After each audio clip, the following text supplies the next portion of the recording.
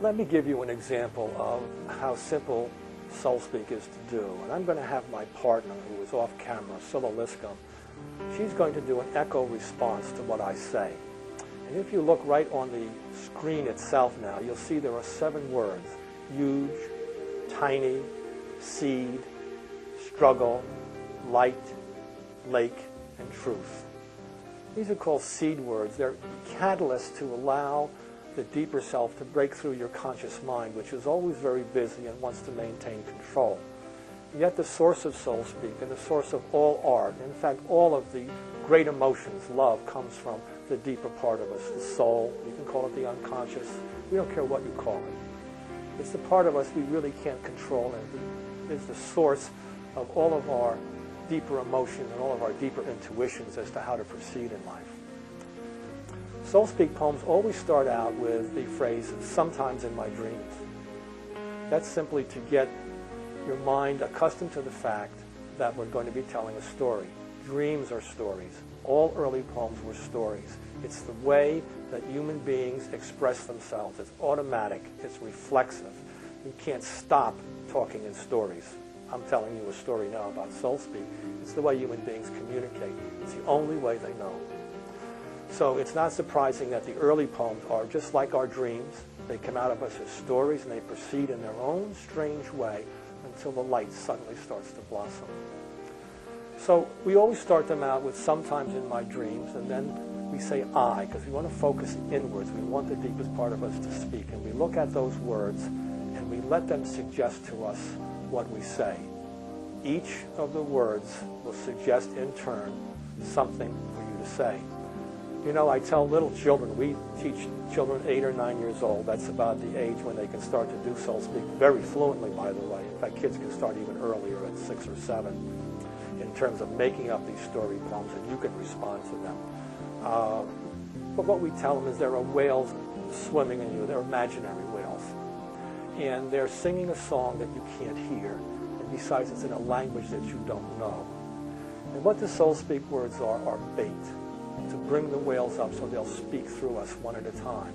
And that's really what they are. So the technique is very simple. You look at the words until you'll see one of them is pulling you in, and then you simply start. "Sometimes in my dreams, I," and you connect "I" to the first word, not thinking. It will appear in your mind, or in some cases come right out of your mouth. It's an amazing experience. It'll feel somewhat like you're floating, and you're floating in a very beautiful way, and it's kind of finding its own course. You may stop once in a while, and you'll simply look at the words again, and then a new phrase will appear, or a new phrase or two will appear, and you just keep in that way until you've used the words up, or sometimes the poem stops before you use all 7 words. Sometimes it doesn't. You know it has somewhere else to go. You let it go and go back to the words, and 1 or 2 or 3 of them, finally the poem will come to its end. There's no determining what the deeper self wants to say, or how it's going to say it, or how it's going to proceed, or what the message is going to be. But you can be assured it will always be a message of light. You let yourself go.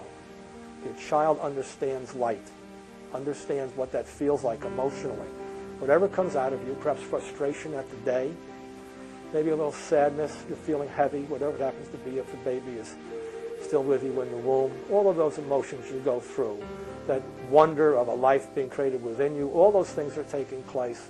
Deeper self wants to speak of them, and the baby wants to feel you, wants to know what you're feeling. That all becomes a part of the child's intelligence, the total makeup of the child once the child is born. And the child will begin at some stage to start to echo back to you. 8 or 9 months, a year, 2 years. What we hope is at some stage that if you continue this through the time in the womb and after birth, that as the child grows, the child will learn it in the same way that tribal peoples learned it, and the way you're going to learn it today through this healing DVD. You're simply going to repeat what you hear. And after a while, the human genius takes over and starts to make up its own soul speak poems. Your child will do it to you one day if you continue long enough, the age of 5 or 6, and you'll respond back. You'll give it an echo back. And what you've started to do then is you've established a soul channel between yourself and your child that can never be broken. It can be pulled out once a week, once a month, whenever you feel like you'd like to do a soul speak poem with a child, or you'll find more often the child will want to do one with you.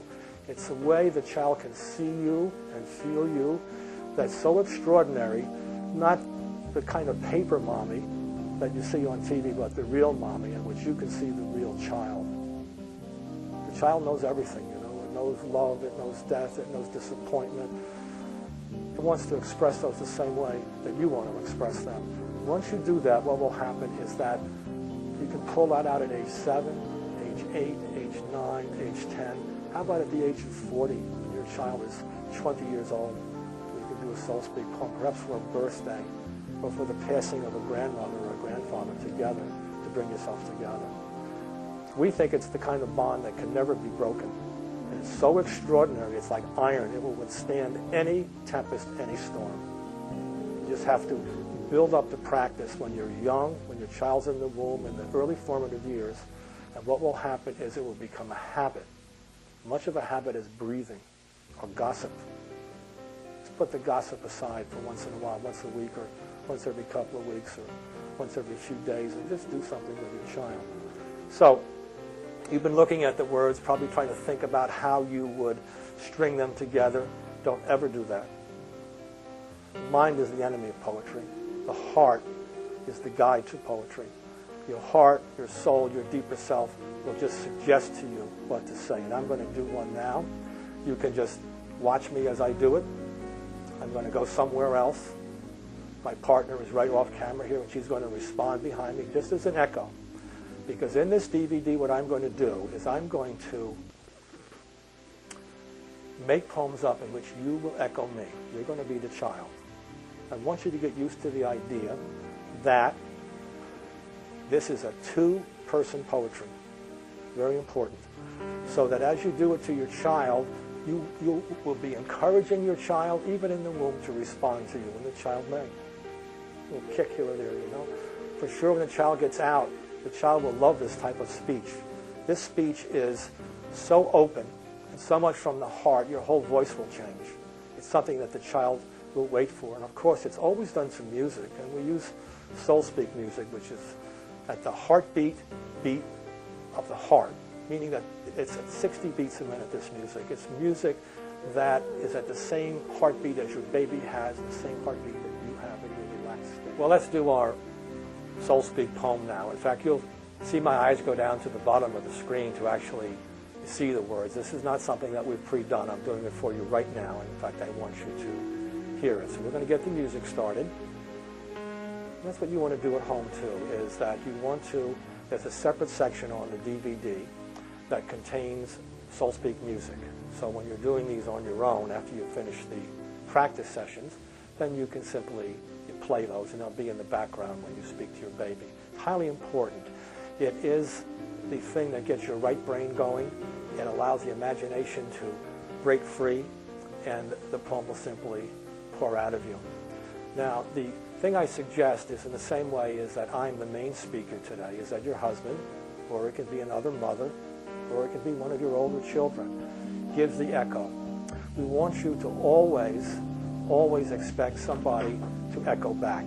That's very important. Okay, so that you now understand that it's important in the same way that you're going to hear my partner echo, that when you start to do it yourself, and I'll remind you when that section of the DVD comes up, that you get somebody to echo you. Your baby will like that sound too. It's like double input of light, because the person who's with you should echo you in the same exact way that you're saying a poem. You're going to the bottom of your heart to speak the poem. You're going to be at a place where your voice will automatically change, and where the vibrations that are going to the baby are going to be energized. You want the person who is with you to be with you, and to be no louder, no slower, no faster, okay? Just to speak it exactly as you speak it, to be with you, to have a communion with you, and just let your voice and your partner's voice pour out to the baby. I want to get you used to that so that you'll always expect the baby eventually to come back and start to respond. Okay, here we go with the poem. You can see the words at the bottom. I'm going to be looking down at them too, so to speak, because we're doing this right in front of you. We want you to hear what it sounds like when you do SOULSPEAK. When you get the music going, just listen to it, get into its rhythm, and then start to speak. Nice and slowly. The important thing is for your very first sentence that you say, you want to go to that place. If you say, sometimes in my dreams I'm on the moon, you should be looking down at the earth. Little blue ball, you know what I mean? You just go there. Once you do that, SoulSpeak takes over and starts to use those words like the whales use them as bait to come up. Poem's already made inside you. You just have to let it come up, surrender to it, okay? All right, here we go. Sometimes in my dreams, I'm standing by a lake. The lake is filled with light. I love the lake. There are no more struggles. The surface is so smooth. And I know deep within it. There's a small seed. That seed is you. It's going to grow and grow. Just like the light. Just like the truth. You are the lake. You are the lake within me. You are the light within me. I welcome you. I welcome you. So there you have a poem. Just came out of me. You're trying to imagine myself as a mother, you know, there's a little bit of mother in all of us, a little bit of father. I know that a lot of you single mothers, you understand that. You just have to access that part of you. The words in no way determine what the poem is going to be. You determine it, unconsciously. Your soul determines it. These are simply guides and catalysts to allow those emotions to come up and to be turned into words. You'll find the words at your lips. You'll find the words will appear in your mind. You'll just say them. And that's the way that in fact they appeared to early man, that the words just appeared on his lips. When you hear early poets like Homer say, sing, muse, and through me tell a story, what they're really saying is, let me carry the story of the gods through to you. They heard the gods and they repeated their stories, and that's what SoulSpeak is all about. You're repeating the soul's story to your child. That's why it's filled with light. Let me do another SoulSpeak poem for you, but this time I want you to respond. And I'm going to do 3 or 4 poems, all with the same words. And the way that you get a different poem to come out of you is you start with a different word. The most important principle in SoulSpeak, and you'll see in the DVD section that you're going to practice with, there are many sets of words. And there'll be some music associated with them, and there'll also be some nice pictures of nature or colors or something just to get your imagination going. You won't be seeing me anymore, let me put it that way. You may hear my voice once in a while coming into you, but we want you to be in your own world. Just in terms of this exercise, if you look at the bottom of your screen, you'll see, just as I'm looking at now, right in front of me here, there are 7 words again. Myself, dreams, mountain, family, love, prayers, and door. They don't seem to be connected in any way. They don't have to be. There's a technique to these words, by the way, but it's not important that you know how we select them. Let me just say is that these are catalysts that will touch the areas in your deeper self that have to be touched to allow it to produce the poem. And when I say to you that you want to look at the words and find the one that's pulling you in, you might find there's several pulling you in. Just let your mind go to one. You can come back the next day or right afterwards and do a second poem, starting with one of the other words that pulled you in. That's all you have to do. And that first sentence that comes out of your mouth, sometimes in my dreams, I, ... when you connect it, never think what that's going to be. Let it come right out of your mouth. And you want to be in that same stage of intimacy that you have when you're talking to your child in the womb. Or, in fact, perhaps your baby is now out of the womb. The same way that you talk to the baby when you're feeding the baby. SoulSpeak can start at any stage. It doesn't have to start in the womb. It's the best place to start because it's the most mysterious and most miraculous part of mother and child, is to that moment where you're one. You're two, but you're one. It's one of those mysteries, okay? You can stay that way if you keep doing SoulSpeak and everything else that you would do in your life to make the child comfortable and, in fact, to allow the child to grow. But again, let's take a look at those words at the bottom of the screen again. Myself, dreams, mountain, family, love, prayers, and door. And there are several words that seem to pull me in. I'm going to go back to my mother mode, okay? I have 3 children. They're all grown now, in their 40s, you know. But I can go back to that time. And I'm looking at 2 words, mountain and door, that seem to like attract my eyes. So I'm going to go back. I'm going to be thinking of one of my children, and I'm going to start to speak to them as though they were in the womb. And I want you to repeat after me exactly as I say it, because I'm going to let myself try to get to that place where you will go to eventually, okay? Don't forget, say it exactly as I say it. No faster, no slower, not louder and not lower. That's my bribe for you. It means just do exactly what I do. I'm going to get some music up now for you. If you like a particular piece of music, you can use it over and over. We have many selections for you on the DVD. Okay?